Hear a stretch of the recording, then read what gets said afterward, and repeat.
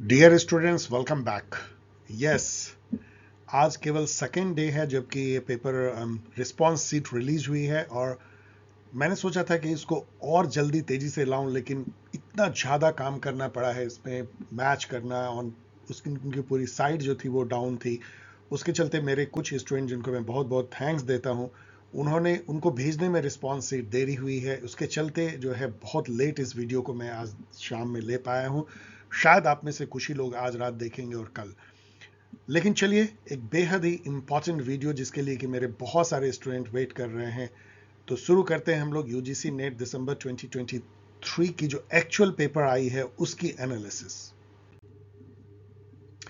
आपको बताना मेरा कर्तव्य है, आपका जानना अधिकार कि यदि आप जून साइकिल के लिए तैयारी कर रहे हैं तो आप अभी जो बैच ज्वाइन कर सकते हैं वो यही है, क्योंकि नेट जेआरएफ के बैच को शुरू करने में मुझे कुछ समय लगेगा, क्योंकि एक बैच ऑलरेडी चल रही है और मैंने ये देख लिया। आप भी इस पेपर को देख के समझ जाएंगे कि लेवल बिल्कुल अब लगभग समान हो गई है।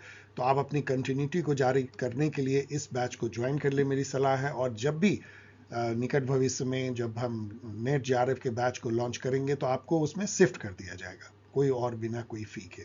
यदि आप इसको ज्वाइन करना चाहते हैं तो आपको पता है कि किस मेल आईडी पे आपको भेजना है, paulsciencehelp@gmail। अब तक तो आपको याद हो गया होगा। इस पे आप अपना नेम, टेलीग्राम, मोबाइल नंबर भेजें, फिर आपको गाइड की जाएगी। और यदि आप रिसोर्सेज ढूंढ रहे हैं तो इससे बेस्ट कुछ नहीं मिल सकता है। UGC net and set and assistant professor के लिए तो इंस्टा मोजो पे है, और सीयूईटी और अन्य किसी भी एग्जाम के लिए जहां ऑब्जेक्टिव पॉलिटिकल साइंस पूछे जाते हैं वो किंडल वर्जन यहाँ अमेजन पे है। अब चलिए हम लोग क्वेश्चन आंसर का दौर करते हैं शुरू। उसके पहले कुछ डिस्क्लेमर। ये पेपर कुछ अजीब सा है। मैं बहुत क्लोजली पिछले कई पेपर को एनालाइज कर रहा हूँ। इनफैक्ट मैंने सभी पेपर एनालाइज किए हैं 2011 से। ये पेपर आसान तो है, इसमें कोई शक नहीं कि यूजीसी नेट ने, एनटीए ने इस बार आसान क्वेश्चन पूछा है, लेकिन इतना ज़्यादा फैक्चुअल है कि फिर भी आपको फील होगा कि पता नहीं मेरा सही है या नहीं है। तो अभी देखने के बाद, जिसको बोलते हैं आफ्टर थॉट, चूंकि हम एग्जाम नहीं दे रहे हैं तो हमें आसान लग सकता है, लेकिन एक्चुअल एग्जाम में हो सकता है कि स्टूडेंट को कुछ परेशानी हुई हो। थोड़ा कम कम कॉन्सेप्चुअल है, ज़्यादा फैक्चुअल है। देख के बहुत आपको खुशी नहीं होगी, आपको लगेगा इतना अच्छा पढ़ाई किया था, इतने अच्छे अच्छे कॉन्सेप्ट देखे थे, और पूछा क्या जा रहा है कि मनमोहन सिंह जी कब जो है चाइना गए, और इस टाइप की कोपेनहेगन समिट कब हुआ है। मतलब आपको लगेगा कि ये तो बहुत ही टुच्चे टाइप के, बहुत छोटे लेवल का क्वेश्चन पूछ रहे हैं। आई don't know why it has change track, क्योंकि मार्च में क्वेश्चन बहुत अच्छे थे, कॉन्सेप्चुअल थे, और जून में टफ थे लेकिन कॉन्सेप्चुअल जरूर थे। इस बार ये थोड़े से चले गए हैं जैसे कि पुराने समय में डीयूईटी और जामिया के जो पेपर होते हैं, पीजीईटी, उस टाइप के। ओके, तो अब चलिए देखते हैं। विच amendment over road the Golaknath case decided in 1967। Golaknath case तो मैंने कितनी बार कहा है कि वो लैंडमार्क केस था जिसमें सुप्रीम कोर्ट ने ये इंटरप्रेट कर दिया कि जो अमेंडमेंट है आर्टिकल 368 के तहत, वो लॉ है अंडर आर्टिकल 13(2). और आर्टिकल 13(2) कहता है कि कोई भी लॉ यदि फंडामेंटल राइट को इन्फ्रिंज करे तो वो नल एंड वाइड हो जाएगा। तो इस बेसिस पे सुप्रीम कोर्ट ने यह कह दिया कि पार्लियामेंट को कोई राइट, अधिकार ही नहीं है फंडामेंटल राइट को अमेंड करने का। उसको ओवरकम करने के लिए इंदिरा गांधी 1971 में, मुझे लगता है, 24th अमेंडमेंट लेकर के आती है। ये बहुत वेल नोन फैक्ट है, इसलिए आसान क्वेश्चन है, मैंने यहाँ मार्क कर दिया easy. Who found 8 distinct meaning of the term balance of power. ये टफ क्वेश्चन है, इसलिए मैंने डिफिकल्ट लगाया है। इसका आंसर है अर्नस्ट बी हास। और इन्होंने जिस तरीके से इस देखा था बैलेंस ऑफ पावर का, वो पता है कि रियलिस्ट थ्योरी में बैलेंस ऑफ पावर बहुत ही इंपॉर्टेंट कॉन्सेप्ट है कि कैसे जो है पीस तभी रह सकता है जबकि मेजर पावर जो है इन बैलेंस हो। वो बैलेंस मिलिट्री हो सकता है, इकोनॉमी हो सकती है, जियोपॉलिटिकल हो सकता है, अलायंसेज हो सकते हैं, कोई स्ट्रैटेजिक वेपन आप एक्वायर कर लो वो हो सकता है, कोई स्ट्रैटेजिक टेक्नोलॉजी कोई आप एक्वायर इनोवेट कर लो वो हो सकता है, कुछ भी। तो उसी तरीके से इन्होंने जो है 8 तरह से इसको एनालाइज किया था। आप इसको और पढ़ सकते हैं। मैं इस पेपर में बहुत एक्सप्लेन नहीं करूंगा क्योंकि मैं आपके इस पेपर को बनाते बनाते ही थक गया हूं। तो मैं सिंपली इसको अभी एनालाइज कर रहा हूं, कट ऑफ डिस्कस करेंगे। विच ऑफ द फॉलोइंग स्टेटमेंट, यहाँ बहुत सारे जो है कॉपी पेस्ट में बहुत छोटे छोटे आए हैं क्योंकि टीम को बहुत दिक्कत हुई है, ये जिस तरीके से बिखरा हुआ ये जो पीडीएफ है. Which of the following statement explain Bhikhu Parekh's conception of human nature. अब ये क्वेश्चन खासा टफ है. ये जनरली जो है आप कितना भी पढ़ेंगे तो इस टाइप से पकड़ नहीं पाएंगे, आपको कॉमन सेंस से ही इसको निकालना पड़ेगा. और ऐसे क्वेश्चन की इस पेपर में भरमार है जिसमें कि आपको प्रायर नॉलेज कुछ चाहिए नहीं, लेकिन केवल वहीं पे पढ़ के आप निकाल सकते हैं. कैसे, मैं आपको बताऊंगा. अब यहाँ पे देखिए ये थोड़ा वेग भी है, मैंने क्वेश्चन मार्क भी किया है. इसका सही आंसर इन्होंने ए बी दिया है, ए बी डी दिया है. आप इसको पढ़ लीजिएगा. मुझे ये लग रहा है कि ये जो है बी स्टेटमेंट तो डेफिनेटली करेक्ट है कि human beings are culturally embedded in the sense that they are born into and raised in and deeply shaped by their cultural communities.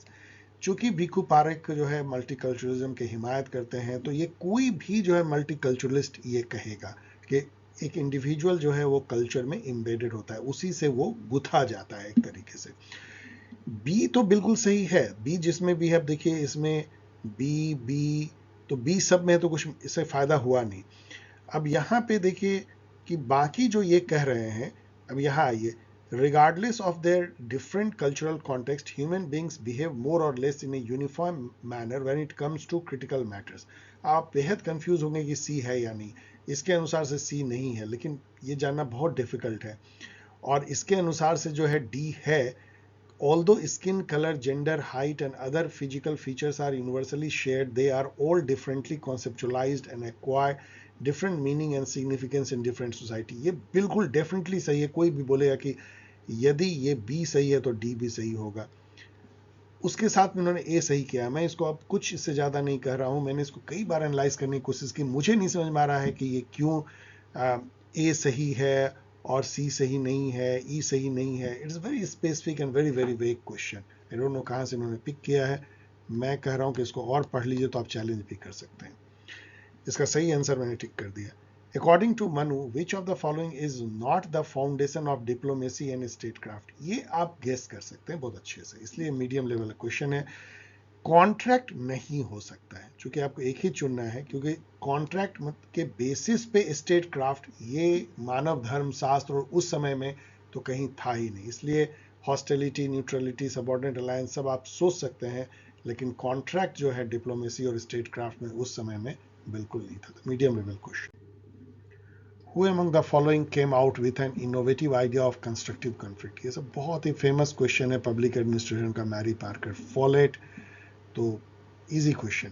Ambedkar ji ने सेपरेट इलेक्टोरेट दलित के लिए किस राउंड टेबल कॉन्फ्रेंस में demand किया था? ये भी बहुत वेल नोन है कि उन्होंने सेकेंड राउंड टेबल में इसकी डिमांड की थी.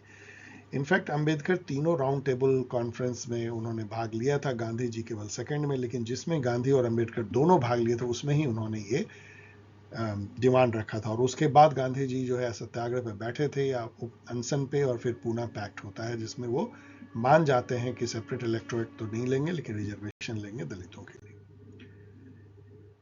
ये क्वेश्चन खासा आसान है, क्योंकि देखिए यूनिवर्सल सफरेज, जिसको हम यूनिवर्सल फ्रेंचाइज भी कहते हैं, उसका मीनिंग ये होता है कि an electoral system in which the candidate 3 देखिए, the right to vote which is not restricted by race, gender, belief and social status. मतलब किसी भी बेसिस पे आपको डिस्क्रिमिनेट नहीं किया था और आपको यूनिवर्सली जो है वोट देने का राइट दिया जाता है. तो इसी से जो है ए के 3 से आपका जो है जब ये क्रैक हो जाए तो इससे आसान क्या हो सकता है. बाकी आप मैच कर लीजिएगा, ये सुपर इजी क्वेश्चन है और ऐसे कई क्वेश्चन है इसमें. Linguistic provinces commission that was form to advise constituent assembly was popularly known as. तो जो लिंग्विस्टिक प्रोविंसेस कमेटी बनी थी अंदर कॉन्स्टिट्यूएंट असेंबली के अंदर, उसके चेयरपर्सन थे एस के ढार, इसलिए इसको ढार या डार यहाँ लिखा है कमीशन. तो ये डिफिकल्ट है, कुछ मेरे स्टूडेंट को याद होगा लेकिन डिफिकल्ट, क्योंकि कई लोग बहुत सारे कमेटी जो कॉन्स्टिट्यूएंट असेंबली के उसको याद कर लेते हैं, इसलिए ये क्वेश्चन मीडियम भी हो सकता है. अब एक अनदर इजी क्वेश्चन देखिए. Find out the agreement accord signed between Indian government and its provincial region organization given below in ascending order. तो यहाँ आप बिल्कुल सजा सकते हैं. आनंदपुर साहिब रिजोल्यूशन वैसे तो कोई अकॉर्ड नहीं हुआ था, ये तो अलग ही था. पंजाब के जो पॉलिटिकल पार्टीज थे उन्होंने रिजोल्यूशन पास किया था, ये 1973 में हुई थी. इससे पहले यहाँ कोई नहीं हुई है, तो बी से स्टार्ट करने वाली आप केवल एक देख सकते हैं, तो इससे आसान और क्या हो सकती है। और ई से अंत होने वाला तो मीजो पीस अकॉर्ड 1986 में होता है, हम लोग जानते हैं, राजीव लाल डेंगा। बीच में जो है ये 1975 में होती है, ये जुलाई 1985 में, ये 1975 में होती है, 1985 जुलाई में, और ये अगस्त में। तो इस तरीके से, लेकिन आपको सब जानने की जरूरत ही नहीं, कल ये यदि आप जानते हैं कि आनंदपुर साहिब रिजोल्यूशन 1973 में पास हुआ था, तो ये क्वेश्चन बन जाता है, इसलिए सुपर इजी है। In which year did the UN Climate Change Conference, commonly known as Copenhagen Summit, hold? Copenhagen summit को हम कॉप कितना कहते हैं, चेक कर लीजिएगा। ये कोपेनहेगन में 2009 में हुआ था, तो ये बहुत ही वेल नोन फैक्ट है, इसलिए मैंने इसको इजी किया है। अब यहाँ पे चूंकि डिस्कस हो रही है, तो कॉप 3 जो है ये क्योटो था 1997 में, और कॉप 21 जो है ये पेरिस था, पेरिस क्लाइमेट अकॉर्ड 2015 में। The paper entitled The Study of Administration published in Political Science Quarterly in 1887, कौन ऐसा स्टूडेंट होगा जो इसको नहीं जानता होगा, पब्लिक एडमिनिस्ट्रेशन का, dam easy. In process in which the dictatorial ruling elite introduces liberalizing reforms that ultimately lead to a democratic transition is known as। तो इस तरह से जब ऊपर से डेमोक्रेटिक एलिट बैठ के खुद ही डेमोक्रेसी लाए तो क्या होगा, टॉप डाउन डेमोक्रेटिक ट्रांजिशन होगा। तो ये लैंग्वेज से आप पकड़ सकते हैं, इसलिए मैं तो इजी कहूंगा, लेकिन चलिए फिर भी लैंग्वेज में बहुत लोगों को प्रॉब्लम आती है, इसलिए medium. Arrange the following in a sequence that historically and conceptually present the concept of civil society। ये सुपर वेग है, मैंने इसको अरेंज किया तो मुझे नहीं समझ में आया कि इन्होंने जो आंसर दिया है सी से स्टार्ट होता हुआ, सी से क्यों स्टार्ट होगा। आप कहीं से स्टार्ट कर सकते हैं, आप यहाँ ई से भी स्टार्ट कर सकते हैं, आई don't know why the first articulation of the concept took place in this. ये जरूर है कि हेगल एंड मार्क्स जो है लास्ट में होंगे, इसमें कोई उससे बाद का कोई इसमें नहीं है 19th सेंचुरी। तो डी से अंत होता हुआ, लेकिन चूंकि दो है और ई से शुरू होता होगा, इसलिए इन दोनों में 50-50, मैं तो ई मारता, इसलिए मैं इसको वेग बोल रहा हूं। आप इसको चैलेंज भी कर सकते हैं, लेकिन और रिसर्च करनी होगी। Find out the correct one with regard to constructivist argument on democracy। I don't know कैसे कितना मिसप्रिंट करते हैं, ये कल्चर के बजाय यहाँ डेमोक्रेसी का नाम भी नहीं है और कल्चर है, और कल्चर के बजाय डेमोक्रेसी लिखा है। वैसे ये सुपर इजी क्वेश्चन है, क्योंकि आप सी को देखिए, constructivist argument treats culture as something that is constructed or invented rather than inherited. ये तो बिल्कुल डेफिनेशन है, तो सी को जरूर होना है और ए को नहीं होना है। Constructivist argument treats culture as something that is objective and inherited, ये दोनों एकदम म्यूचुअली एक्सक्लूसिव है। तो ए इसमें है, काट दीजिए, ए इसमें है, काट दीजिए, और इन दोनों में सी है तो उसको ले लीजिए। अब देखिए, जिन दोनों में सी है उसमें डी और सी कॉमन है, इसका मतलब डी अपने आप सही हो गया, इसको पढ़ने की जरूरत नहीं है, केवल बी को देखिए। अब तो बी को पढ़ते हैं। Constructivist argument states that culture exists prior to and remains unchanged by political interaction। कोई ऐसा बोलेगा क्या कि political interaction से culture unchanged रहेगा? political interaction, political socialization culture को बदलता भी है। तो B इसमें सही नहीं होगा, तो केवल C और D बच जाता है। elimination technique। Which of the following statement are correct in the arena of administrative theory? ये सब super easy question है। sorry, Ideal type bureaucracy was formulated by Weber, you all know। Frederick Taylor जो है scientific management के father कहलाते हैं। Henry फेवल जो है is considered to be the father of the human relation theory। No, ये तो बिल्कुल मायो होगा, तो ये गलत हो गया। और Hawthorne experiment associated with bureaucratic, no, human relation theory के साथ है, तो ये भी गलत हो गया। तो ए एंड बी केवल सही होगा। Super easy question. अब देखिए ये क्वेश्चन कितना आसान हो जाता है, कितना आपको हेल्प किया है सेटल ने। 73rd constitutional amendment 1992 has stipulated the following major provisions regarding panchayat. एक ग्राम सभा में ब्ला ब्ला छोड़ दीजिए, मैं नहीं पढ़ रहा हूं। आप जब यहां आएंगे सी पे, the legislature of a state can not endow the panchayat with any more power and authority for their functioning as institution. ये साफ लिखा है कि जितना चाहे उतना स्टेट दे सकता है। कैन नॉट इतना हार्ड है कि स्टेट लेजिस्लेचर उसको नहीं दे सकता और पावर। तो इसलिए सी को बिल्कुल एलिमिनेट कर दीजिए, सी यहाँ है, सी यहाँ है, सी यहाँ, और आपका आंसर मिल गया। बाकी कुछ करने की जरूरत नहीं, एलिमिनेशन ट्रिक।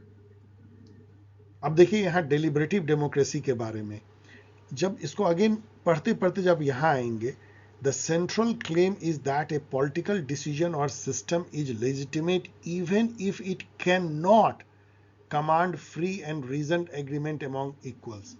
जो डेलिब्रेटिव डेमोक्रेसी के समर्थक हैं वो इस स्टेटमेंट को बिल्कुल नकार देंगे। कैन होगा मतलब जब उनका तो उल्टा मानना है कि जब तक कोई पॉलिटिकल सिस्टम में free and reason agreement among equals नहीं हो तब तक वो डिसीजन जो है लेजिटिमेट नहीं होता है, और यहाँ उसका उल्टा कहा जा रहा है। इसलिए सी को निकाल दीजिए, सी, तो सी निकल गया, सी खत्म हो गई, सी खत्म हो गई। अब देखिए ए बी ई और बी डी ई, इन दोनों में क्या कॉमन है? इसमें B और E जो है कॉमन है, तो E को तो आप सीधा सही मान लीजिए। अब A और D को चलिए पढ़ते हैं। Deliberative democracy describes a normative ideal in which free and equal citizen publicly exchange reason with one another. यही तो डेफिनेशन है, तो A वाला जो है वो सही हो जाएगा, तो दिस विल बी करेक्ट। लीजिए, arrange the following administrative thinkers theories chronologically. ये भी सुपर इजी है क्योंकि मैक्स वेबर से पहले इसमें कोई आ ही नहीं सकता, और ईस्टर्न के सबसे लास्ट में आएंगे, तो बी और सी से बी से शुरू होता हुआ सी से अंत होता हुआ केवल एक ही है आसान। अरिस्टोटल, ये क्वेश्चन थोड़ा आपको ये कर सकता है, लेकिन यदि आपने अरिस्टोटल को ज्यादा पढ़ा था, आपको पता है कि वो डेमोक्रेसी को बहुत तरीके से डेराइड करते हैं, मतलब दूसते हैं। उसमें से एक है कि ये डेमोगॉग के हाथों में चला था। डेमोगॉग वो हैं जो कि पब्लिक को मीठी मीठी बातें करके, इमोशनल बात करके, वो एक तरह से बातों के जाल में उलझा करके ना उनको सब्ज बाग दिखा करके उनका पक्ष ले लेते हैं, मतलब उनके समर्थन ले लेते हैं। इसको डेमोगैग कहते हैं, ठग कह लीजिए एक तरह से। तो Aristotle criticize popular rule on the ground that masses would resent the wealth of the few. यहां तक तो चलिए ठीक है, आप पता नहीं आपको वेग लगेगा। And too easily fall under the sway, मतलब उसके फॉल प्रे टू कह लीजिए, टू द डेमोगॉग। तो डेमोगॉगिक लीडर्स जो होते हैं वो अच्छे नहीं माने जाते हैं, जो लोगों को बातों में भरमा करके उनका वोट लेते हैं। तो डेमोगॉग, तो मीडियम मैंने रखा है। ये बुक जो है इतना फेमस है, capitalism socialism democracy, Joseph Schumpeter का, कोई इसको भूल नहीं सकता, जिसमें उन्होंने डेमोक्रेसी को एक पॉलिटिकल मेथड करार दिया था, जिसके थ्रू हम पीरियोडिक इलेक्शन के द्वारा इलीट को चुनते हैं या रूलर को चुनते हैं। Choose the correct statement from the following.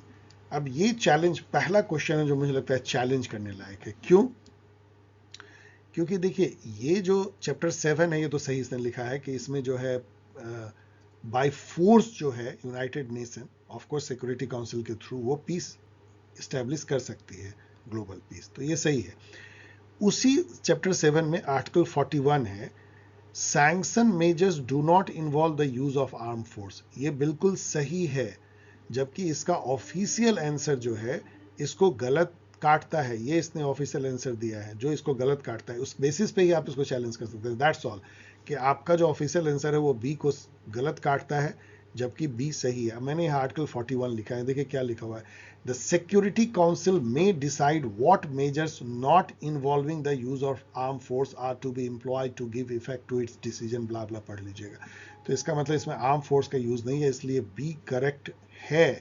और ये जो सी इन्होंने दिया है ये भी गलत है। Sanction can be withdrawn bye UN general assembly, नहीं, सैंक्शन जो है यूएनएससी ही विड्रॉ कर सकता है। इसलिए ये दोनों ही जो है ये जो है गलत है और ये सही है, इसने उल्टा किया है, इसलिए इसको चैलेंज कीजिए। बहुत नेट पे आपको जो है मिल जाएंगे इसके सबूत या एविडेंस, आप ले लीजिए और आर्टिकल 41 को भी कोट कर देंगे तब भी हो जाएगा। तो first question to be challenge, अभी बहुत सारे हैं। Match the past interventions with the year in which they took place. I don't know ये क्या कहना चाहता है, हिंदी में कुछ होगा, ये क्वेश्चन अधूरा है, इसलिए ये सीधा चैलेंज कर दीजिए, क्योंकि ये क्वेश्चन इनवैलिड है, इसको कोई टैकल कर ही नहीं सकता, क्योंकि इसका मीनिंग ही पता नहीं है क्या कहना चाहते हैं। ये जो फेडरलिज्म को डिफरेंट टर्म से इंडियन फेडरलिज्म को जो कहा है डिफरेंट थिंकर ने, ये बहुत फेमस क्वेश्चन अब बन गया है, इसलिए बहुत आसान है। बार्गेनिंग फेडरलिज्म जो है मॉरिस जॉन्स ने कहा है, तो देखते हैं सी के 1 से और सी के 1 से ही ये क्रैक हो जाता है। इससे आसान और क्या है, बाकी अब मैच कर लीजिएगा। Which one of the following thinker is associated with syncretism? Kabir. इससे आसान क्वेश्चन क्या हो सकता है? Which of the following is the right characteristic of the composition of public account committee? Right characteristic of the composition. तो जब इसको मैं भी पढ़ नहीं रहा हूं, लेकिन जब आप पढ़ेंगे तो बाकी तो सब आपको गलत लगेगा।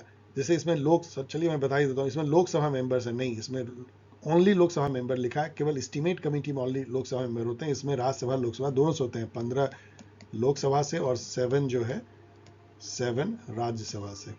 तो ये गलत है। Public account committee is composed of 30 member, नहीं 22 मेंबर से।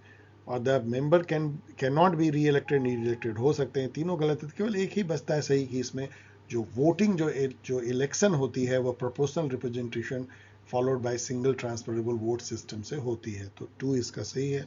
तो इजी क्वेश्चन है क्योंकि सब एलिमिनेट हो जाता है। अब ये जो है गांधी जी के जो, सॉरी गांधी जी नहीं, डिफरेंट जो थिंकर्स ने सोसाइटी बनाया है उसको क्रोनोलॉजिकल अरेंज करना है। ये भी बहुत आसान है। इसलिए आसान है क्योंकि आप इन सब को देखेंगे, टाइमलाइन थोड़ा बहुत भी यदि आपने मतलब क्रोनोलॉजी का ध्यान है तो आपको पता है कि रमाबाई ने शारदा सदन जो बनाया था 1880s में बनाया था। उससे पहले का कोई यहाँ हो ही नहीं सकता है। रामकृष्ण मिशन लगभग 1900 के आसपास बनाया है। टॉल्स्टॉय फार्म जो है लगभग 1910 के आसपास बना। अभिनव भारत 1904-5 में। और आपको पता है कि अंबेडकर ने 1930s में बनाया होगा, 20s में अधिक से अधिक बनाया होगा। तो सबसे बाद में तो ई रहेगा, इसमें तो कोई शक नहीं है। तो ई से अंत होता हुआ 3 है और सबसे शुरू में जो है डी होगा। तो डी और ई से अंत होता हुआ तो आपको 3 है। तो इससे ज्यादा कोई फायदा नहीं हुआ। अब ये देखिए कि बी ए सीक्वेंस होगा, मतलब पहले अभिनव भारत हुआ है, तब जो है टॉल्स्टॉय फॉर्म। अब इसमें देखिए, इसमें ए बी है, खत्म हो गया। इसमें बी ए है, ये सही है। इसमें ए बी है, खत्म हो गया। तो बस एक ही बचता है, वो है 3। तो किस तरीके से हम एलिमिनेट करते हैं इसको जरा सीखिए। Which of the following statement is not associated with Mahatma Gandhi? इन्होंने किया क्या, इसको चैलेंज कीजिए। इन्होंने नॉट के बदले आंसर दे दिया है which of the following statement is associated with Mahatma Gandhi. इसके चलते इन्होंने आंसर दे दिया है ए बी सी। ए बी सी ई ये सब महात्मा गांधी के द्वारा कहा गया लगता है, मैंने इसको वेरीफाई नहीं किया। लेकिन डी तो बिल्कुल नहीं है क्योंकि ये रूसो ने कहा है। तो यदि ये रूसो ने कहा है तो ये तो हो ही नहीं सकता है कि इसके अनुसार से केवल यही गांधी जी ने कहा है, बाकी कुछ कहा ही नहीं है। तो इसको सीधा चैलेंज कर दीजिए, आपका आसानी से ये बन जाएगा। तीसरा चैलेंज। अब यहां पे देखिए कितना आसान इन्होंने कर दिया। इन्होंने कहा कि मार्क्सिस्ट कॉन्सेप्शन जो मेटेरियलिस्टिक हिस्टोरिकल मेटेरियलिज्म है उसको अरेंज कीजिए। ये क्वेश्चन हाल फिलहाल में काफी बार पूछा गया है। इन्होंने खुद कह दिया है कि finally the proletariat abolishes itself, abolishes all class distinction and class antagonism and also abolishes the state as state, मतलब स्टेटलेस क्लासलेस सोसाइटी हो जाती है। इससे ज्यादा अंत क्या होगा? और इन्होंने कहा भी है फाइनली। और बी से अंत होता हुआ केवल एक ही ऑप्शन है, इससे आसान कुछ हो सकता है? बिना पढ़े भी आप इसको बना सकते हैं। विच one of the following is not a function of estimate committee? देखिए वहां पे एक पब्लिक अकाउंट कमिटी थी, यहाँ एस्टीमेट कमिटी। इन दोनों के बारे में हमेशा स्टूडेंट पढ़ते हैं। तो इसमें से कौन सा फंक्शन नहीं है? अब यहाँ जैसे ही देखेंगे 3 नंबर पे, to examine the report of CAG with a view to find out blah blah blah, ये काम जो है पब्लिक अकाउंट कमेटी का, पीएससी, ना कि एस्टीमेट। इसलिए ये जब आपको मिल गया तो बाकी 3 है, बिना पढ़े मत जाइएगा। हु रोट द, और इसी कमेटी के बारे में पीछे कहा गया है कि 30 मेंबर होते हैं, ओनली लोकसभा से होते हैं, लार्जेस्ट कमेटी है। Who wrote the book management task responsibility and reactions? अब ये आप गेस कर सकते हैं। यहाँ पे कुछ क्वेश्चन ऐसे हैं जो कि आप अच्छा गेस कर सकते हैं, क्योंकि पीटर ड्रकर से ज्यादा बड़े मैनेजमेंट गुरु कौन है इन सब के बीच में, और उन्होंने लिखा है और सही में यही आंसर है। Which of the following is not according to Bhikkhu Parekh a question usually ignored by Indian political thought? अब पता नहीं भिखू पारेख से इनको क्या दोस्ती है कि 2-2 क्वेश्चन उन्होंने पूछ दिया और दोनों ही डिफिकल्ट हैं। भिखू पारेख ने एक आर्टिकल लिखा था poverty of Indian political theory, उसमें उन्होंने, आप यहाँ पढ़ सकते हैं, कि किन किन चीज़ों पे इंडियन पॉलिटिकल थिंकर ने ध्यान नहीं दिया उन्होंने लिखा है। तो उन्होंने इन सब पे तो लिखा है, ये थोड़ा सा वेग है इन दोनों पे, लेकिन इसके बारे में नहीं कहा। इसका मतलब कि इस पे लिखा है इंडियन पॉलिटिकल थिंकर ने, अभी इतना वेग है, चलिए इससे ज़्यादा क्या कहें, वेरी डिफिकल्ट। ये नेक्स्ट चैलेंज करने लायक क्वेश्चन है, विच टू कंट्रीज नेवीज, दो नेवल पावर जो है, are jointly patrolling the Malacca strait. मैंने नेट पे जितना 5-10 मिनट देखा उसमें तो मुझे ये मिलता है कि 2006 में इंडोनेशिया, मलेशिया, सिंगापुर, थाईलैंड ने मिलकर जो है एक मलक्का स्ट्रेट पेट्रोलिंग फ्रेमवर्क बनाया था और इंडिया उसको ज्वाइन किया था। तो इस नाते से देखें तो इंडिया सिंगापुर हो सकता है, और तो कुछ बनता नहीं, और इंडिया यूनाइटेड स्टेट का तो कुछ दिखता ही नहीं है मलक्का स्ट्रेट में, लेकिन इन्होंने पता नहीं कैसे दिया। और इसको रिसर्च कर लीजिए, आप इसको चैलेंज कर सकते हैं और रिसर्च करके। ये क्वेश्चन बिल्कुल मुझे गलत लग रहा है, शायद ये सही हो। अब आइए पहला orbit question, find out the correct definition of different scholars on party system. मैं तो पढ़ने भी नहीं जा रहा हूं क्योंकि ये इतना डिफिकल्ट है कि किसने पार्टी सिस्टम में क्या लाइन कहा और कौन सही है, और ए और सी सही है और बी और डी गलत है। Don't know how one can figure it out. और कोई जरूरत नहीं, इतने कम अर्बिट क्वेश्चन है कि मुस्कुरा के आगे बढ़ जाइए। Find out the different waves of democratic transition given below in ascending order. इसको अरेंज करना, और इतना डैम इजी है। फर्स्ट वेव से पहले क्या हो सकता है? फर्स्ट वेव होगा तब तो रिवर्स वेव होगा, तब तो सेकेंड वेव होगा, और एक ही ऑप्शन है जो बी से शुरू होता है फर्स्ट वेव से। Super easy. Who among the following thinkers is not associated with feminist theory? ये यहाँ आपके मार्था नॉसबॉम में कंफ्यूज कर सकते हैं और सुजान सोनटैंग में। इन दोनों तो बहुत फेमस फेमिनिस्ट हैं, लेकिन मार्था नॉसबॉम को भी थोड़ा भी आपने पढ़ा है तो ये भी फेमिनिस्ट हैं, तो केवल एक ही बच जाते हैं। सुजान ली सोनटैंग जो है अमेरिकन राइटर थी, तो मीडियम लेवल का क्वेश्चन है। सिटीजन चार्टर जो है पहली बार यूके में इंप्लीमेंट हुआ, कब हुआ इंट्रोड्यूस? ये बहुत ही फेमस क्वेश्चन है, डैम इजी क्वेश्चन। 1991, इंडिया में 1997 में होता है। Find out the correct statement. अब यहां पे देखिए क्या है कि ये इसलिए बहुत आसान हो जाता है, इसमें ये दो ही सही है तो दो आपको गलत खोजना, और दो गलत कितना आसान मिलता है। नेहरू जी कभी चाइना नहीं गए लिखा है, नेहरू जी कई बार चाइना गए।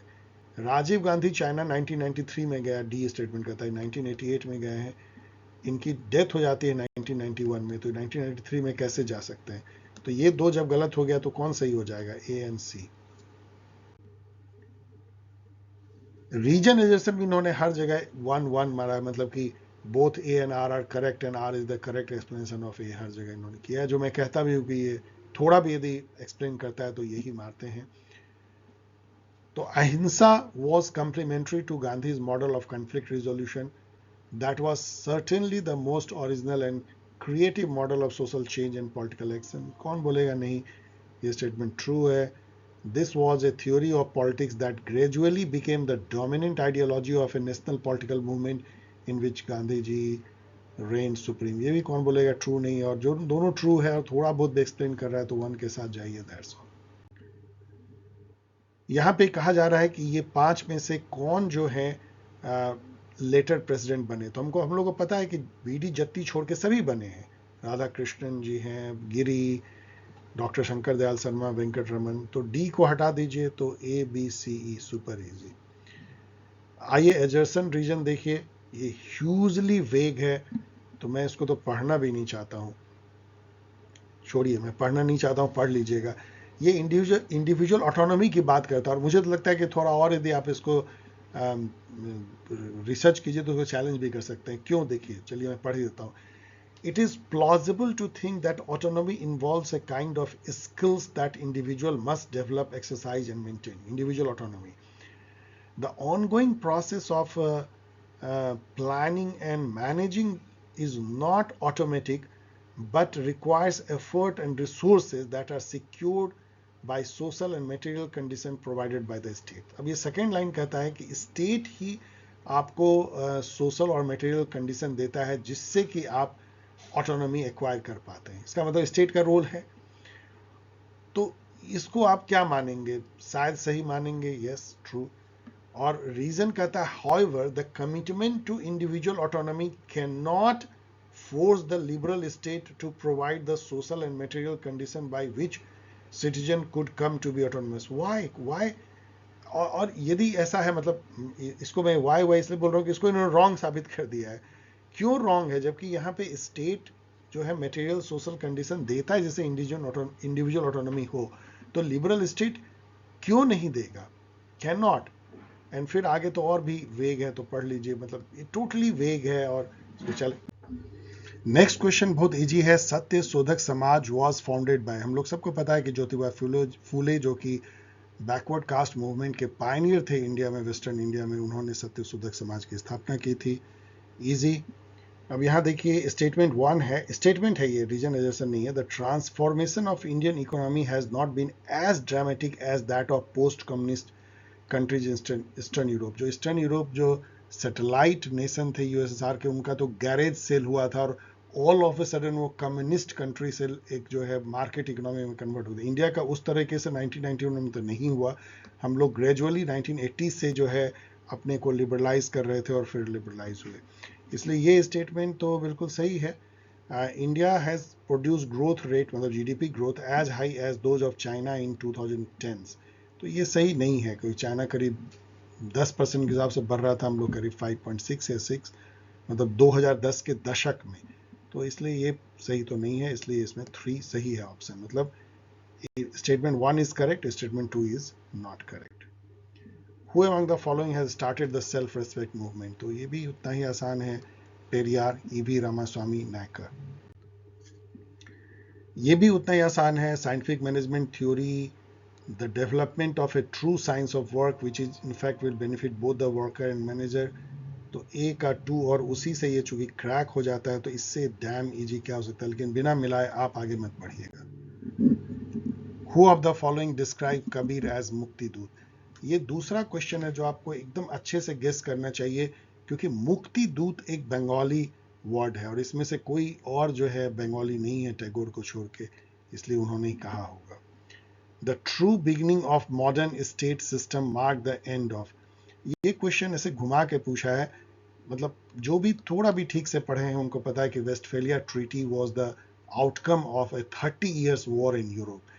तो उसके बाद जो है, और वेस्टफेलिया ट्रीटी से ही मॉडर्न स्टेट सिस्टम की शुरुआत हुई, इसलिए 30 year वॉर.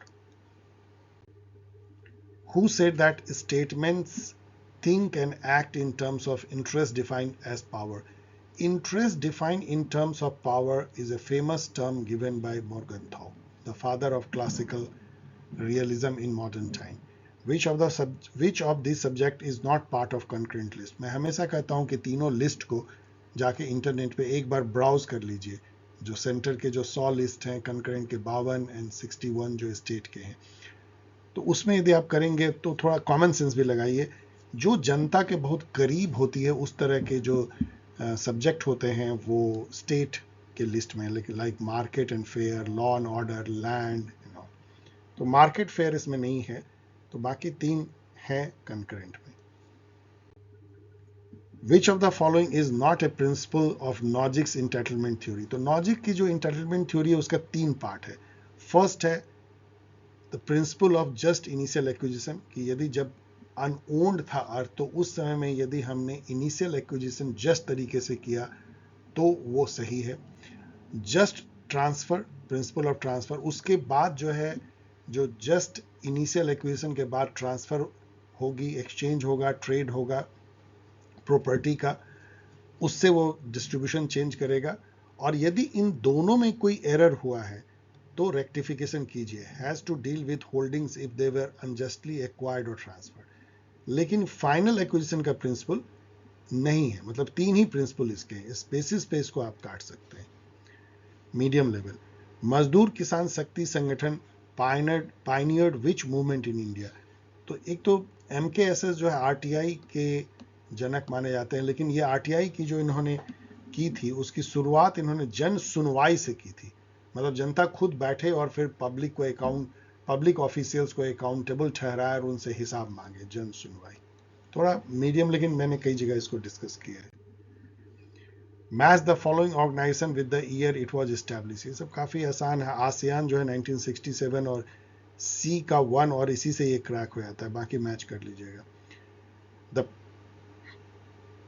अब ये पूछ रहे हैं कि ताजिकिस्तान की जो सेंट्रल एशिया में ऑफ कोर्स उसकी पॉलिटिकल रिजिम को किस टाइप की कैटेगरी में बांटा जा सकता है, तो वो उसकी जो पॉलिटिकल पॉलिटी है वो प्रेसिडेंशियल रिपब्लिक है, इतना आपको पता होना चाहिए। तो मोनार्की तो होगा नहीं, मिलिट्री डिक्टेटरशिप होगा नहीं, डेमोक्रेसी है कहने को, तो ये इसमें इन दोनों में आप बिल्कुल कंफ्यूज कर सकते हैं, और इसके चलते ये वेग भी है क्योंकि वो डिक्लेयर्ड डेमोक्रेसी है लेकिन वो एक फ्लॉड डेमोक्रेसी है, और वहाँ पे जो रूलर अभी हैं उनका नाम मैं भूल रहा हूँ, रहमान, और वो काफ़ी समय से 30 साल से भी ज़्यादा से उनके फैमिली और उनके मेंबर हर जगह बैठे हुए हैं, तो एक तरह का उनको सिविलियन डिक्टेटर भी कहा जाता है, तो इसलिए इन्होंने सिविलियन डिक्टेटरशिप दिया। लेकिन चूंकि डिक्लेयर्ड डेमोक्रेसी है तो कैसे इसको ना कहें, तो एनीवेज इन दोनों में कंफ्यूजन है, इसलिए मैंने इसको वेग लगाया। इसका ऑफिशियल आंसर है सिविलियन डिक्टेटरशिप। आप चाहे तो चैलेंज भी कर सकते हैं।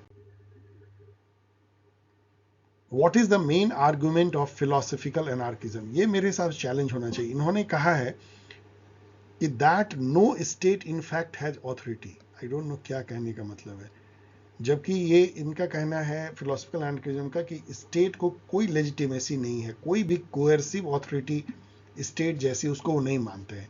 इनफैक्ट उन फिलोसफिकल एनार्किज्म का मानना है कि स्टेट की जरूरत ही नहीं है, जिस तरह के स्टेट एज स्टेट जो हम जानते हैं, जो पुलिस आर्मी कोएर्सिव फोर्स वाली स्टेट, तो मेरे हिसाब से तो ज़्यादा अच्छा आंसर जो है 1 है, लेकिन इसका आंसर इन्होंने बी दिया है। उसको चैलेंज कर सकते हैं और रिसर्च करके। अब यहाँ पे देखिए जो अकाउंटेबिलिटी, खास करके पब्लिक ऑफिशियल्स की अकाउंटेबिलिटी की बात है, यहाँ पे कह रहे हैं कि हैज़ द फॉलोइंग कैरेक्टरिस्टिक, और यहाँ पे 3 या 2 केवल सही हैं, तो 2 गलत होंगे। अब यहाँ आईएससी में accountability can be found only in the institution and processes of the developed country. क्या ऐसा है कि डेवलपिंग कंट्री में अकाउंटेबिलिटी नहीं होगी? तो इसलिए ये बिल्कुल गलत है। The effectiveness of public official cannot be evaluated through the process of accountability. ये just उल्टा इन्होंने कर दिया। Yes, it can be evaluated through process of accountability. तो ये 2 यदि गलत हो जाएगा सी डी, तो ए बी ही केवल सही रहेगा, आसान।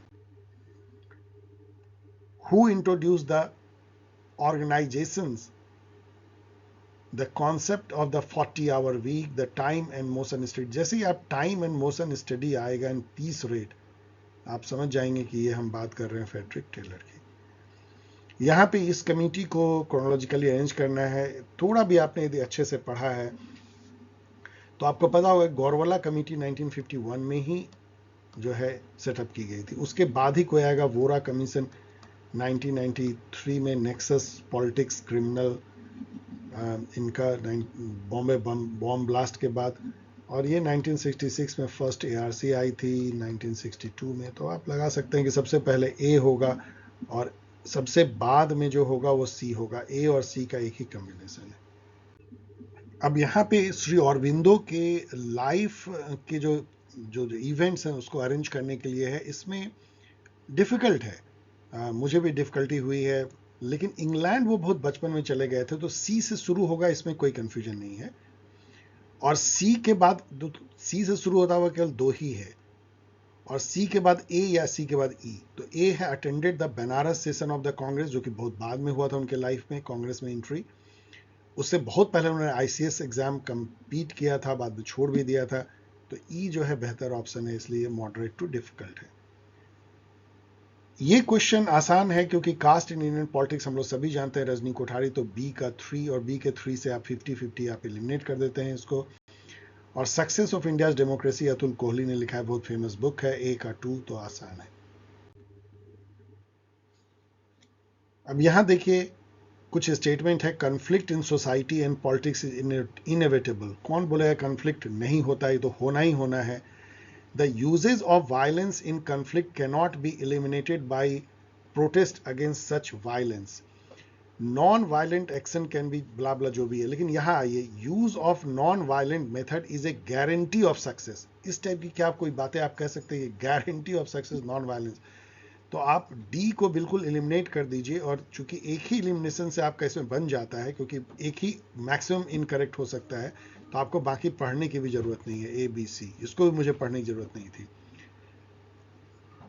ये भी बहुत खासा आसान क्वेश्चन है क्योंकि एडमिनिस्ट्रेटिव बिहेवियर हर्बर्ट साइमन की बहुत फेमस बुक है, इनफैक्ट नोबेल प्राइज उनको जो मिली है उसमें इस बुक का भी बहुत बड़ा हाथ है। तो बी का 1 और बी का 1 से ही एक क्रैक हो जाता है। This is super easy question क्या होगा, बाकी मिलाए बगैर आप मत आगे बढ़िएगा।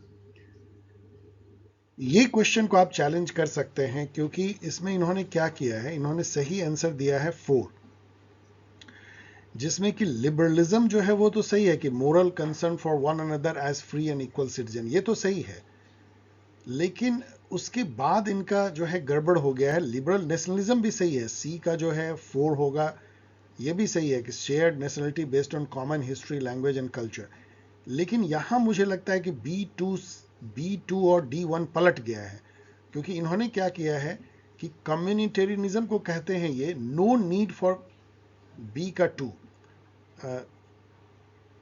कम्युनिटेरियनिज्म, no need for a member to share a common culture history world view language और वैल्यू सिस्टम। ऐसा कोई कह सकता है क्या कम्युनिटेरियन? ऐसा कभी नहीं कह सकता है। और उसका उल्टा जो है ये मल्टीकल्चरलिज्म कहते हैं कि shared understanding and common meaning, ये उन्होंने पलट दिया है, इसलिए डेफिनेटली ये रॉन्ग लग रहा है, इसको आप चैलेंज कीजिए मेरे अनुसार से, ये कहते हुए कि आपका ये ऑप्शन जो आपने दिया है उसमें पलट गया और यदि उसको हम सही बनाए तो कोई ऑप्शन बनता ही नहीं है, ये भी इसमें एक प्रॉब्लम है क्योंकि ए का 3 होगा ही, इसलिए ये क्वेश्चन इनवैलिड हो जाता है। अब यहां पे आइए, with which country India has signed the declaration to promote the building of a harmonious world of durable peace and common prosperity through developing the strategic and cooperative partnership to peace and prosperity। इसका answer है China. मैंने research नहीं किया है लेकिन लगता है कि जब पंचशील डिक्लेरेशन हो रही होगी तो उसमें इस तरह का डिक्लेरेशन हुआ होगा, सुन के तो लगता है कि दोनों हिंदी चीनी भाई भाई टाइप की बात। Choose the correct statement from the following, ये क्वेश्चन खासा आसान है क्योंकि देखिए, weapon of mass destruction inter alia मतलब और चीजों के अलावा इंक्लूड एटॉमिक एक्सप्लोसिव वेपन, कौन बोलेगा नहीं, तो ए होना ही चाहिए। तो इसमें ए नहीं है तो खत्म कर दीजिए, ए खत्म कर दीजिए। इन दोनों में देखिए ए बी और ए सी, तो ए तो कॉमन है, बी और सी को केवल हम लोग देखते हैं। बी देखिए, biological weapon are not included under the category of, ये कोई बोलेगा कि बायोलॉजिकल वेपन नहीं इंक्लूड होगा, तो ये बी जो है ये बिल्कुल गलत स्टेटमेंट है, तो बी जहां भी है काट दीजिए। तो मैंने बी को काट दिया तो केवल एक ही मिला, ए एंड सी, और कुछ हो ही नहीं सकता है, A and C, very very easy.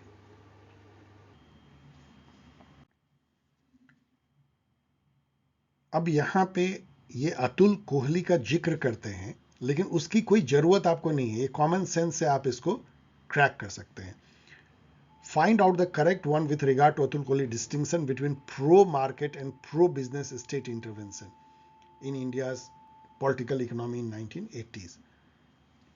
अब देखिए, प्रो मार्केट क्या है जो यहां पे कहा जा रहा है, pro market strategy support new entrant and consumer, यही तो प्रो मार्केट है।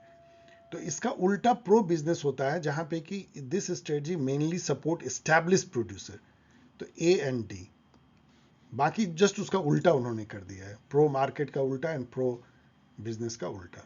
और 1980s में प्रो मार्केट पॉलिसीज लाई गई, प्रो बिजनेस को पीछे किया गया।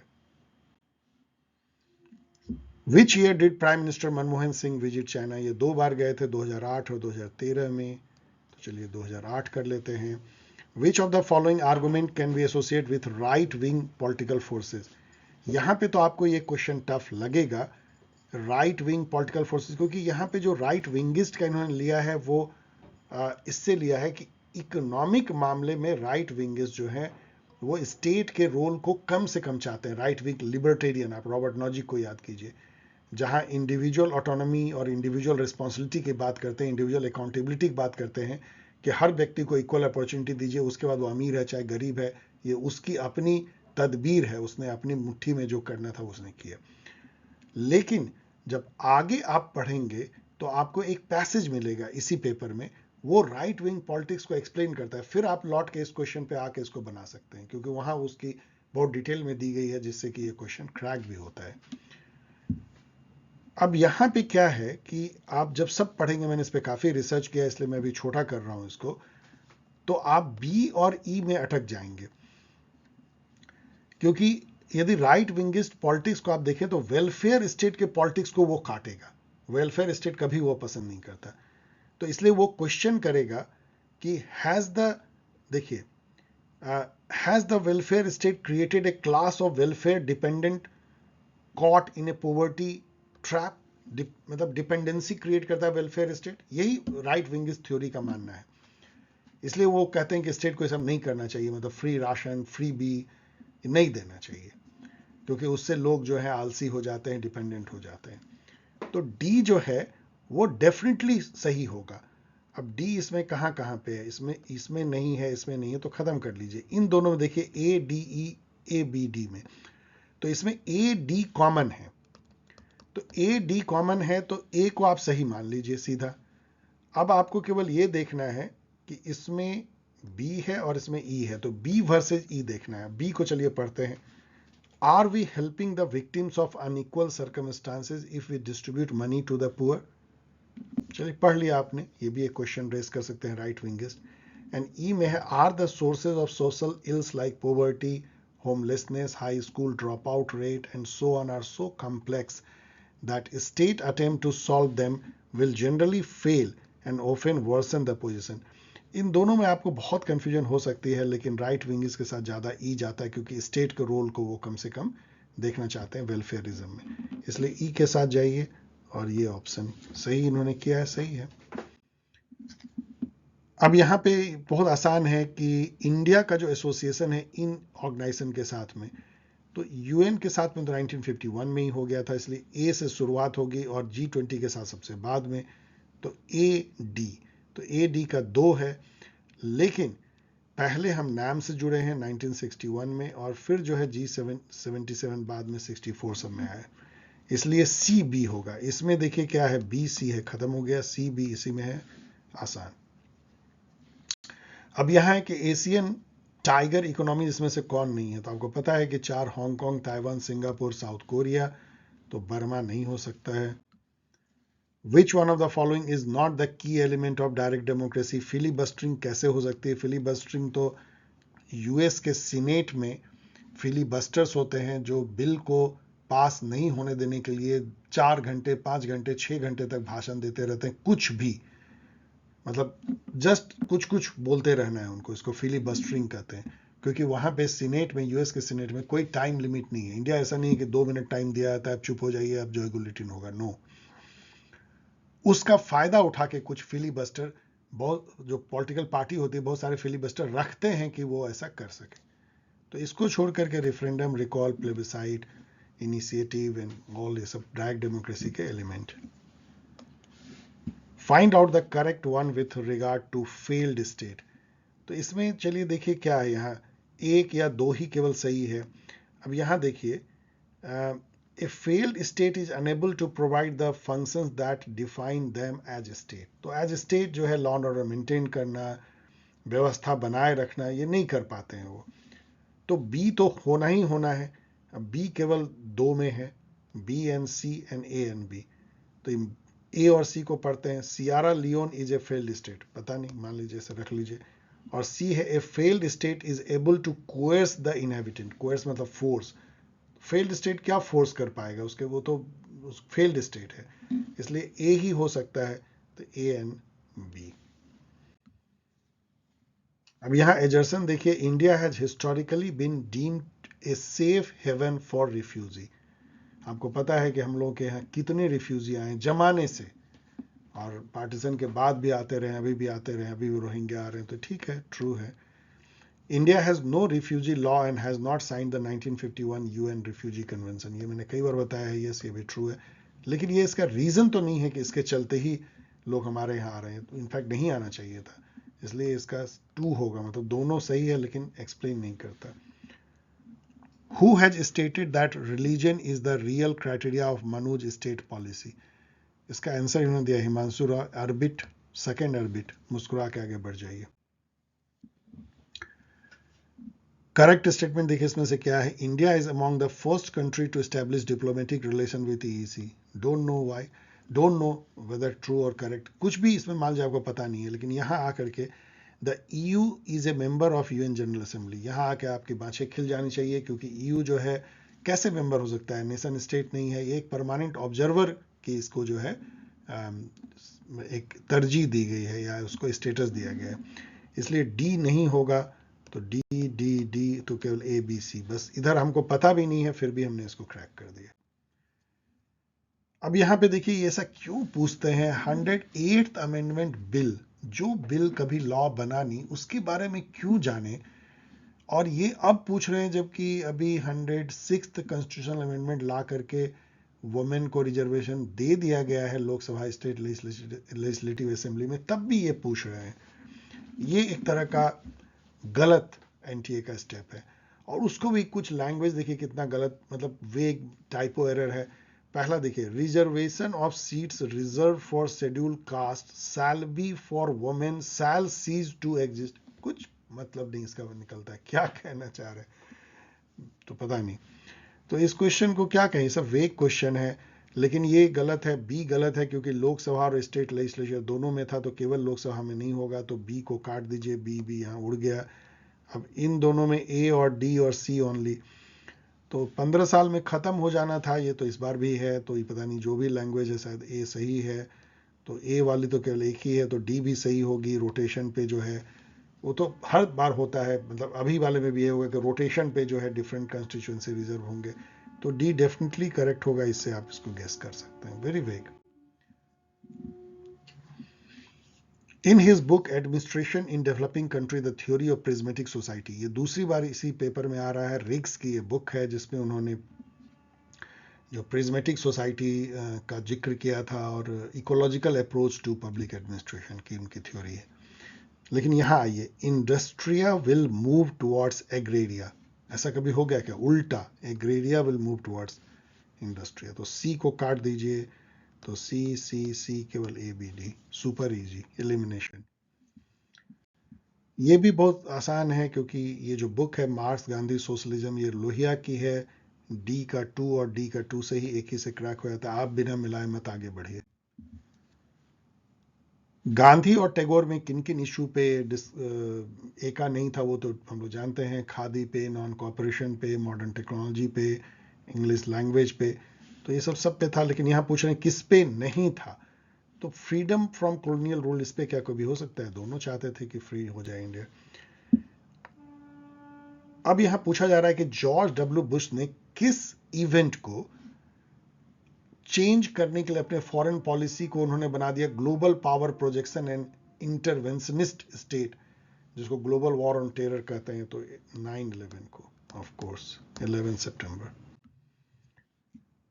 What is true about the following statement related to Raja Ram Manohar Lohia, तो इसमें आप देखिए मैंने पहले से टिक कर दिया कि ही टॉक्स अबाउट पार्टीलेस डेमोक्रेसी नहीं, जयप्रकाश नारायण करते थे। He did not give the concept of 4 pillar state, he gave, तो बी और डी को यदि आप उड़ा दें तो बी इसमें है, खत्म हो गया, डी इसमें है, डी इसमें है, तो फिर एक ही बच जाता है। Under which of the following article of Indian constitution the state legislature has power to make provisions with respect to election to such legislature, तो ये आप गैस कर सकते हैं कि 324 में तो नहीं होगा, 326 में भी वोटिंग राइट और नो डिस्क्रिमिनेशन और कई अदर बातें हैं। आर्टिकल 352 तो नेशनल इमरजेंसी है, तो आर्टिकल 328 ही बचता है, और यही वो सही आर्टिकल है जिसमें ऐसी बातें लिखी गई, तो मीडियम है, टफ भी आप कह सकते हैं। अब ये तो बहुत आसान है, इसमें कंफ्यूज केवल स्टूडेंट इसमें होंगे कि उन्होंने करेक्ट पढ़ लिया होगा और उसके चलते ये उल्टा मार के आ जाएंगे, ऐसा 50% स्टूडेंट ने किया होगा। यहाँ not correct about e governance है, तो जो नॉट करेक्ट आप देखिए, e governance reduces the cost of government, तो ये जो है तो सही है, और e governance increases citizens input, तो ये भी सही है। तो इन दोनों को छोड़ के जो इनकरेक्ट होगा बी और डी होगा, क्योंकि दो ही है, पढ़ लीजिए। Who among the following thinkers are associated with participatory democracy, इसको भी आप चैलेंज कर सकते हैं क्योंकि जुर्गन हैबरमास भी पार्टिसिपेटरी डेमोक्रेसी के समर्थक माने जाते हैं, कई जगह आपको ये मिल जाएगा, लेकिन उन्होंने इसको उड़ा दिया है। PadMan and barber and Macpherson तो हैं, लेकिन इनको उन्होंने उड़ा दिया, इसलिए आप चैलेंज कर सकते हैं और रिसर्च कर लीजिए। Egerton है contracting out and public-private partnership are now part of the reality of public services and decision making in many countries. ये सही है. There is a divorce between a complex reality of decision making associated with governance and the normative codes used to explain and justify government. ये दोनों statement सही हैं, उसको मैं अभी एक्सप्लेन नहीं कर रहा हूँ, लेकिन दोनों स्टेटमेंट सही हैं. काफ़ी डाइवोर्स हो गया है एक नॉर्मेटिव कैसे गवर्नेंस होनी चाहिए और कैसे गवर्नेंस होती है, लेकिन ये इसका एक्सप्लेनेशन तो नहीं है, इसलिए मेरे हिसाब से सही है 2 इन्होंने दिए. अब ये गांधी जी के थ्योरी ऑफ सत्याग्रह के बारे में है कि कैसे ये हेल्प कर सकता है process of dialogue in plural society threatened by mutual distrust. अब यहाँ पे जब आप पढ़ते हुए आएंगे तो यहाँ पे आप आके रुक जाना चाहिए आपको. The satyagraha is not responsible for creating and recreating dialogical space. Dialogical का मतलब ही होता है जहाँ पे कि डायलॉग के थ्रू होती है. तो ये तो एकदम बिल्कुल गलत स्टेटमेंट है. सी को आप उड़ा दीजिए, सी सी सी और एक ही सही मिलता है, super easy. Arrange the following director general of WTO who held office in ascending order. ये तीसरा ऑर्बिट क्वेश्चन है, मुस्कुरा के आगे बढ़ जाइए. इतने कम ऑर्बिट हैं कि आपको सोचना भी नहीं चाहिए. कौन याद रखता है कौन जो है. अब वैसे आगे के एग्जाम के लिए आप याद कर लीजिए WTO, तो फिर वर्ल्ड बैंक के भी क्रोनोलॉजिकल याद कर लीजिए, IMF का भी क्रोनोलॉजिकल याद कर लीजिए, लेकिन इसकी क्या लिमिट है. What is correct about the qualification and appointment of the governor. तो इसमें सभी गलत हैं. 25 नहीं 35 ईयर्स होना चाहिए. प्राइम मिनिस्टर अपॉइंट नहीं करता, प्रेसिडेंट. कोई 6 साल का नहीं होता, at the pleasure of president होता है. He resigns his office not to prime minister but to president. तो केवल ए इसमें सही है कि वो सिटीजन ऑफ इंडिया होना चाहिए. ये भी बहुत आसान है. ग्राम्शी की जो बुक है प्रिजन नोटबुक, तो ए का 2 और ए के 2 से ही एक क्रैक हो जाता है. अब इससे ज़्यादा सुपर इजी क्या होगा. लेकिन आप बिना मैच के मत आगे बढ़िएगा. Which of the following concept are not related to John Rawls. Super easy, justice as fairness, distributive justice, veil of ignorance. तो चौथा अपने आप गलत हो जाता है, आपको जानने की भी जरूरत नहीं है क्यों. Find out the books written by Mahatma Gandhi given order. तो आपको पता है कि हिंद स्वराज उन्होंने लिखा है, और यहाँ देखिए ई केवल इस ऑप्शन में और कहीं है ही नहीं, तो आपको जानना भी नहीं कि बी उन्होंने लिखा है कि नहीं, बी होगा ही. Super easy. The theory that argues that countries are more likely both to become democratic and to stay democratic as they developed economically. Lipset का भी यही कहना था, सैमुअल मार्टिन लिपसेट. तो इस तरह की थ्योरी क्या कहेंगे आप. डिपेंडेंसी कह नहीं सकते हैं, वर्ल्ड सिस्टम थ्योरी नहीं कह सकते, अंडर डेवलपमेंट थ्योरी नहीं, तो एक ही बचता है क्लासिकल मॉडर्नाइजेशन थ्योरी. अब आइए डियर स्टूडेंट, जो 10 क्वेश्चन हैं वो तो सुपर इजी और फर्दर हैं, क्योंकि ये कंप्रीहेंशन और कंप्रीहेंशन भी इस बार इतना ही आसान है. फर्स्ट जो पैराग्राफ है इसमें 5 क्वेश्चन है, वो सिविक वर्च्यू के बारे में है. और तो इसमें देखिए, what is not a source of civic virtue among the following. यहाँ खुद ही लिखा गया है कि सिविक वर्च्यू के जो सोर्स हैं, देखिए so liberal society that can be seen as inculcating civic virtue including the market, civic association and family. तो फैमिली, सिविक एसोसिएशन, मार्केट. तो आर्मी का जिक्र नहीं है, तो सुपर इजी. यहाँ पे है which of the aspect given below is not a direction favoured by Thatcher Reagan reform.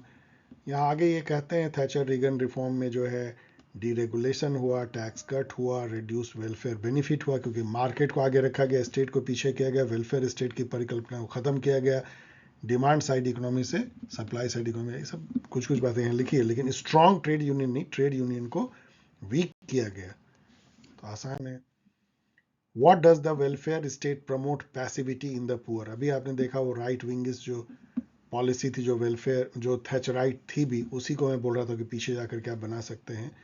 तो ये इसलिए क्योंकि ये डिपेंडेंट बनाते हैं, creating a culture of dependency.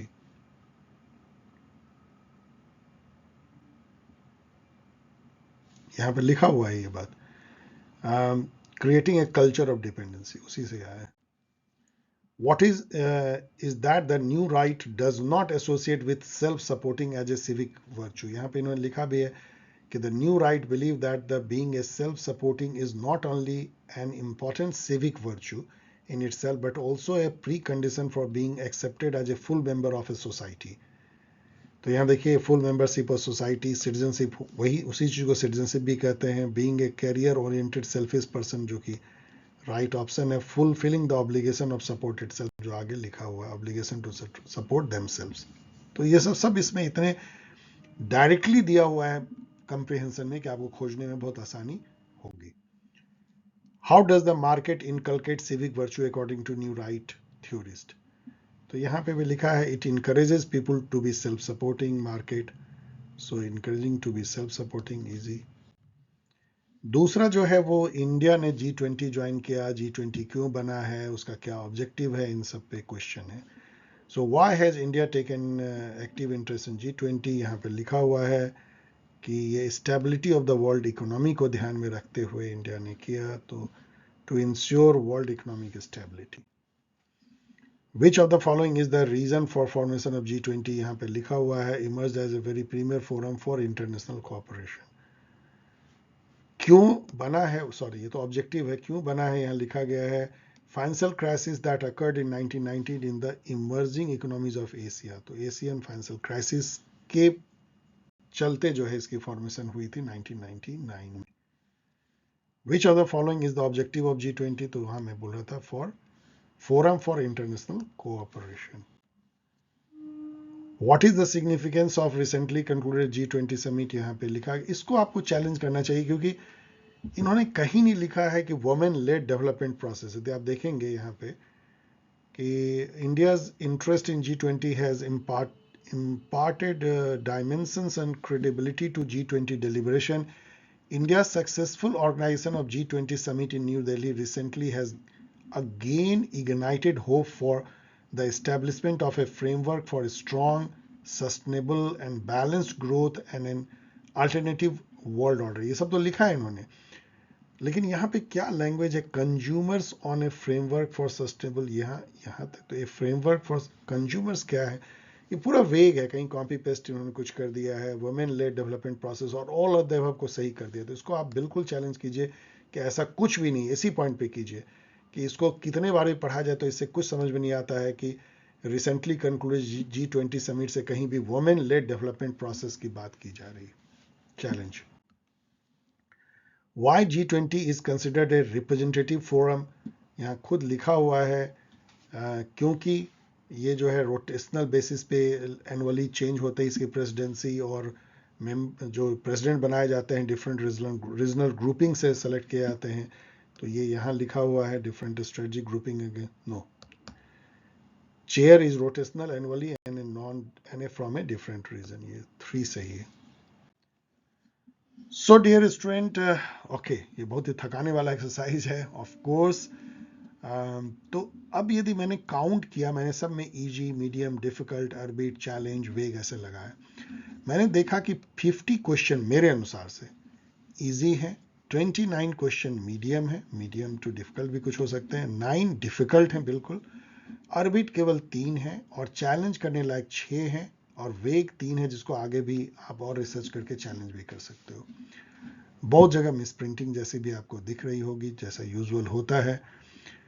तो इसको देख के क्या लगता है कि 80 क्वेश्चन तक तो इजी टू मीडियम है, और कई स्टूडेंट ऐसे होंगे जो 80 तक पहुंच गए होंगे बहुत आसानी से. यहीं पे आपको डिफिकल्टी हो सकती है. इसलिए मेरे अनुसार से मैं कट ऑफ थोड़ा हाई बोल रहा हूं. मेरे स्टूडेंट थोड़े दुखी होंगे, कुछ लोग मुझसे गुस्सा भी होंगे, लेकिन मुझे लगता है, अब मैंने फर्स्ट पेपर तो एनालाइज किया नहीं है, मुझे नहीं पता, लेकिन मान ले कि उसमें 30 आप लाते हो सपोज, तो इसमें आप 70 जरूर लाना चाहिए नेट के लिए. तो मुझे लगता है कि अब मैं जनरल की बात कर रहा हूं, आप और कैटेगरी नीचे कर दीजिएगा. 100 क्वेश्चन, यदि क्वेश्चन की मैं बात कर रहा हूं, नंबर नहीं, 100 क्वेश्चन प्लस होने पे आपका नेट होना चाहिए, और 110 के ऊपर होने पे 30 + 80 आपका JRF होना चाहिए. मुझे ऐसा लगता है, सॉरी यदि मैं थोड़ा हायर बोल रहा हूं, क्योंकि मुझे ये पेपर आसान लग रहा है. ऑफ कोर्स फैक्चुअल लग रहा है, बाद में देखने से आसान लगता है, तो हो सकता है कि एक्चुअल जब पेपर आपको इतना फैक्चुअल हो तो आप उतना अच्छा नहीं हो, तो हो सकता है कट ऑफ और थोड़ा घट भी जाए. ये 100 में बोल रहा हूं तो ये 97, 96 भी हो सकता है, और 110 जो है घट करके 106 to 7 भी हो सकता है. यदि वो बात सही हो जाए कि मुझे आसान लग रहा है क्योंकि मैं तो एग्जाम नहीं दे रहा हूं, लेकिन एक जो एग्जामिनी है उसको इस तरह के फैक्चुअल क्वेश्चन थोड़े टफ लगते हैं, तो हो सकता है ये भी जो है इसमें ऐसा भी जो है नेट का और जेआरएफ का कट ऑफ हो जाए। बट इस बात को बहुत सीरियसली मत लीजिए, let the result come, don't guess. Okay dear student, thanks for watching. और यदि आप ज्वाइन करना चाहते हैं CUET PG, नाम है इसका CUET PG क्योंकि यही एक अभी बैच चल रही है जिसको मैं खुद गाइड कर रहा हूं, लेकिन ये आपको net, JRF, set, assistant professor, PGT, TGT सब के लिए हेल्प कर सकता है। और यदि आप इसको ज्वाइन करते हैं तो मैं फिर से कह रहा हूं कि आपको जो बैच 1-2 महीने के अंदर ही अब चालू होगी नेट जेआरएफ के, उसमें आपको डेफिनेटली ट्रांसफर कर दिया जाएगा विदाउट एनी फी। और अभी आप बहुत कम रेट पे ज्वाइन कर सकते हो। So it is always better कि आप ज्वाइन कर लो, जैसे टच में रहो और फिर आप शिफ्ट हो जाओ उस बैच में जिसमें आप जाना चाहते हो। यदि आप ज्वाइन करना चाहते हो तो आप अपना नेम, टेलीग्राम, मोबाइल नंबर इस मेल आईडी पे कीजिए, आगे आपको गाइड की जाएगी। इस तरीके से आप मुझसे जुड़ सकते हैं। मिलेंगे बहुत जल्द एक और वीडियो के साथ, तब तक के लिए विदा and good wishes, keep your finger cross, be positive till the result is out. और मेरे बात पे, गेस पे ज़्यादा मत जाना, कट ऑफ पे। बाय।